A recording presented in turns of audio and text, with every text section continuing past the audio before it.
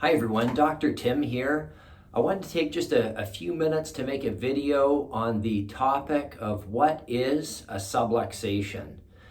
We talk about subluxation in chiropractic offices, and at the end of the day, a subluxation is anything in your spine that's going to affect the communication of the nervous system between the brain and your body. Now, a lot of people think of subluxation in terms of a bone being out of place.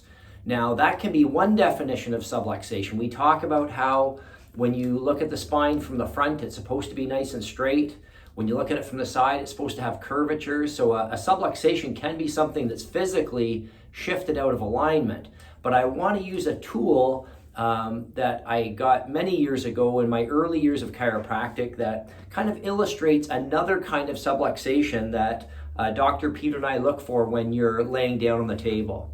So if you think for just a moment here of this, what we call a subluxation stick, it's got these different balls which are representing the different bones in your spine or the different vertebrae.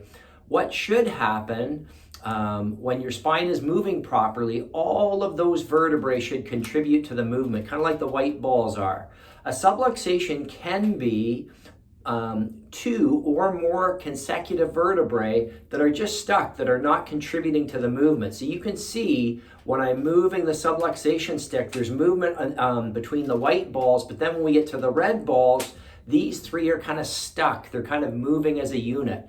So one kind of adjustment that Dr. Peter and I will be doing will be aimed at putting a thrust into those vertebrae that are stuck, that are not moving, in the effort to create movement between those red or those stuck or subluxated vertebrae.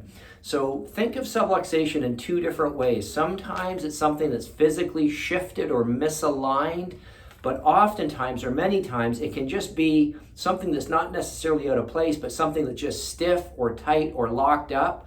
And our goal is to get that part of your spine moving.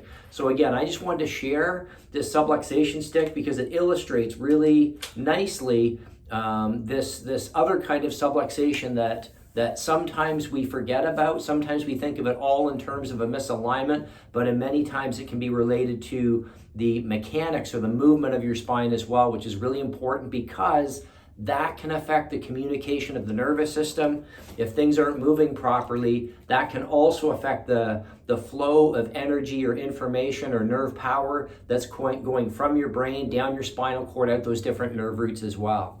So that's a quick lesson using the subluxation stick on the second kind of subluxation that often gets overlooked. Thanks for listening.